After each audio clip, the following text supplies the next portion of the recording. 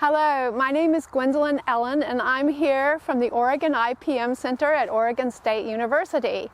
And we are at the Natural Resources Conservation Service Plant Materials Center in Corvallis, Oregon. We came here to look at an established 8-year-old hedgerow. And this hedgerow was established as part of a workshop that Oregon IPM Center did in 2013. And the thing that's unique about this hedgerow is that it was established mostly by hardwood cuttings that were taken off this farm. And it's a simple way to get plant material. It's inexpensive and has worked really well for this hedgerow. Okay, so I wanted to take a look at a couple of the species in this hedgerow. This is coyote bush, and it's interesting because we're in November, and this was when we established this hedgerow back in 2013, and this is blooming. So this is a real good late bloomer and easy to establish by cuttings.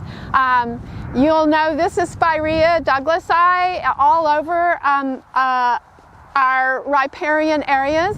This is 9-bark, used a lot by native species. You can tell it's 9-bark because the bark is peely here and lots of blossoms. The reasons why these are shrubby for 8-year-old shrubs is that they've been coppicing this plant. So from year one, they come in here and cut like about at your height, cut it down, and that encourages lateral growth. And here's a great example of that is with these willows. So this willow would be 20 feet high if it had not been cut back since year 1 or 2.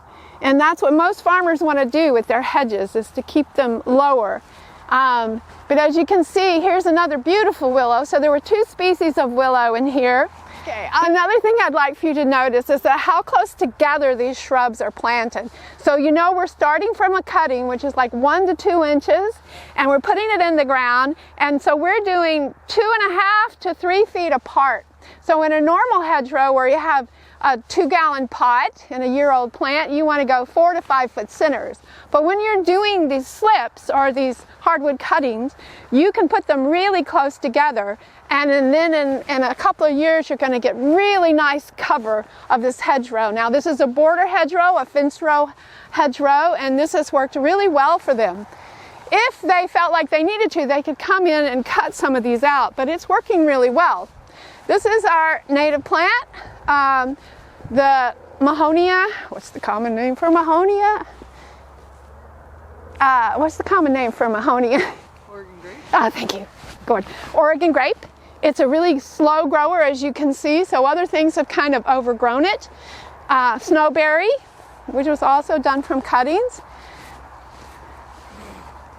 So you can see you've got this nice shelter from what's being sprayed over there. So this is really a multi-beneficial practice for farmers. So this is a border hedgerow, and it's along a fence line. It's also called a windbreak. It has been successful because the people chose a very good site where they could maintain it. They can mow in front of it. They chose plants that were appropriate for this situation in the field, and they did very good site preparation. So the site preparation that was done for this hedgerow was about 1.5 years of spot spraying for weeds in this area. And then these shrubs were planted directly into the grasses that were here, and then they were mulched for at least 1 to 2 years with bark mulch. And that is pretty much all the maintenance that has been done besides the coppicing of the plants. But it's about time to do some weeding, or you would have blackberries coming in pretty soon. So that's a pretty simple establishment of this hedgerow that's been very successful. Now this hedgerow provides multiple benefits for the farmer. In terms of weed management, this hedgerow is 8 years old, and so since it's been put in, they have not sprayed pesticides here, and you're going to have weed management here for the next 30 years. So it also sequesters carbon. It also provides shelter for mammals and birds particularly insectivorous birds, because what the crop is here at the Plant Material Center is seeds. And so having those birds that are going to be eating those seed-eating insects is going to be very important for them.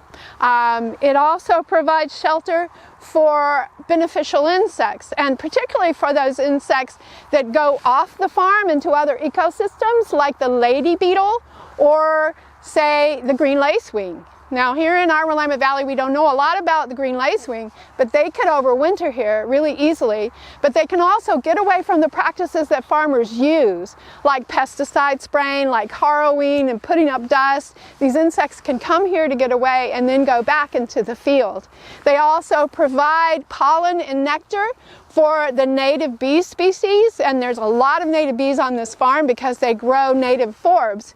And we know from research that our native bees prefer the native species of forbs and shrubs. And this willow is going to provide really early pollen and nectar, for our pollen particularly, for these beneficial insects that come on this farm. And if you're lucky, you might increase the diversity of the species of predaceous ground beetles in the soil. So they're the top predator of the first 4 inches of the soil. So it's really nice to keep them on the farm.